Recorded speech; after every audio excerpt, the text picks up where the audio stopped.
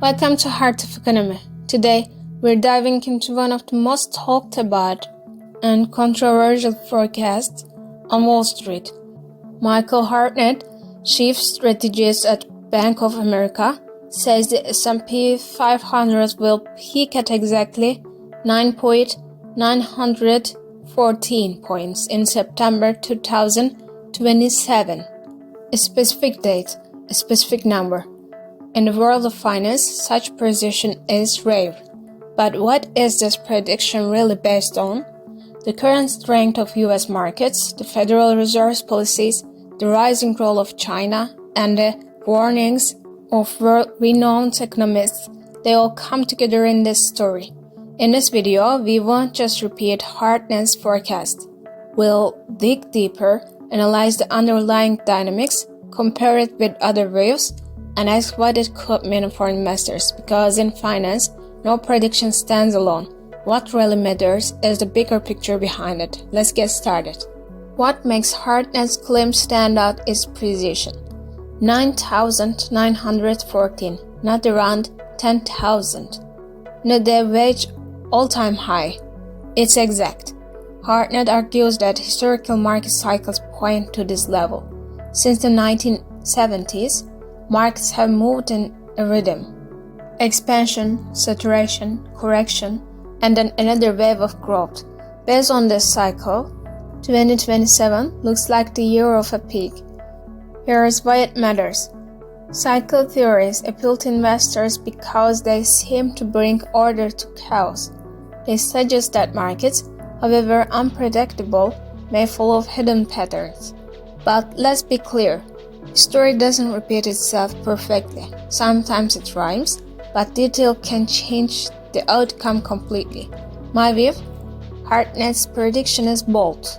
If it proves right, he will be remembered as one of the great forecasters of our time. If not, it will remind us of a timeless lesson. Looking at the past doesn't always guarantee a clear view of the future. So what does the market look like today? In 2025, the US remains the center of global capital. The S&P 500 keeps breaking records. Tech giants dominate, powered by AI, semiconductors, and cloud computing.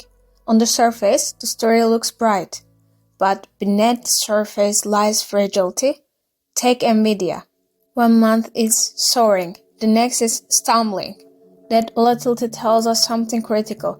Markets are not as stable as they appear. Then there's the Federal Reserve, walking a tightrope.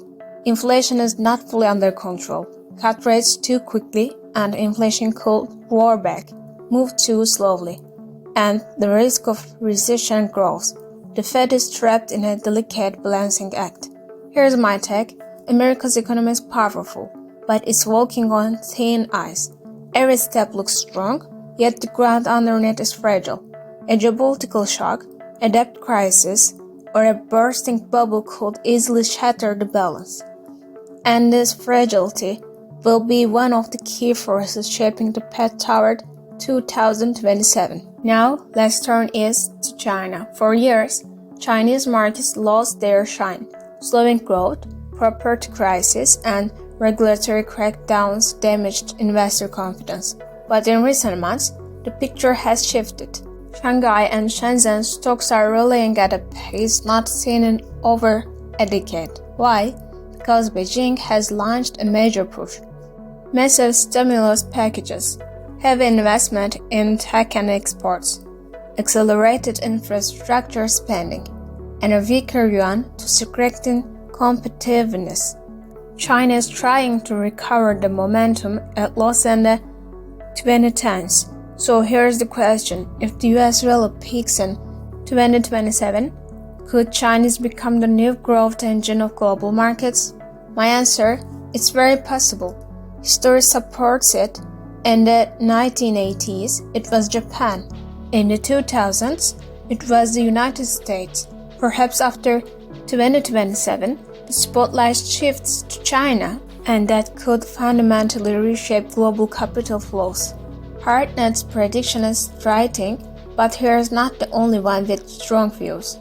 Jeremy Grantham, known as the bubble hunter, says, "We are living through one of the biggest bubbles in history."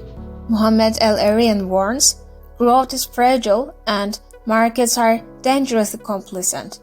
And Nouriel Roubini, Dr. Doom himself, reminds us, "Every boom ends in pain." What do I make of this? Each economist highlights a different risk, but together their voices form a pattern. Grantham points to valuations, El-Erian to fragility, Roubini to the inevitability of downturns. Put simply, while Hartnett paints a picture of a peak at 9,914, these voices warn us that the road to that number will not be straight. It will be lined with risk, volatility, and perhaps even collapse. Now, let's put ourselves in the shoes of investors. Two roads lie ahead. The first is Wall Street's dream. The S&P climbed steadily to 9,914. Companies grow, profits surge, and investors enjoy one of the most lucrative decades in history. If this scenario plays out, the late 2020s will be remembered as a golden era. Second road is far darker. Global debt crises deepen, geopolitical conflicts intensify, trade wars escalate, and investor confidence unravels. Instead of reaching 9,914, the S&P collapses under its own weight. Here's my perspective. No one can know for certain which road will take, but history teaches one unshakable truth. Investors don't usually lose because they choose the wrong path. They lose because they weren't prepared. The lesson is clear. Focus not only on the possibility of gains, but also on the inevitability of risks, because every peak, no matter how glorious, carries within it the seed of the next decline. So, in the end, Hartnett's forecast for 2027 is more than just a number. 9,914 is a symbol, a turning point, a test of market fate, a reminder of how fragile cycles can be. Now it's your turn.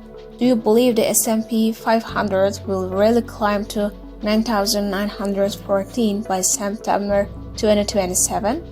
Or do you see a storm brewing before we ever get there? Share your thoughts in the comments. And don't forget to subscribe to Heart of Economy, like this video, and turn on notifications. Because in the world of finance, nothing happens by accident. And we'll be here to bring you the insights that matter most. See you in the next time.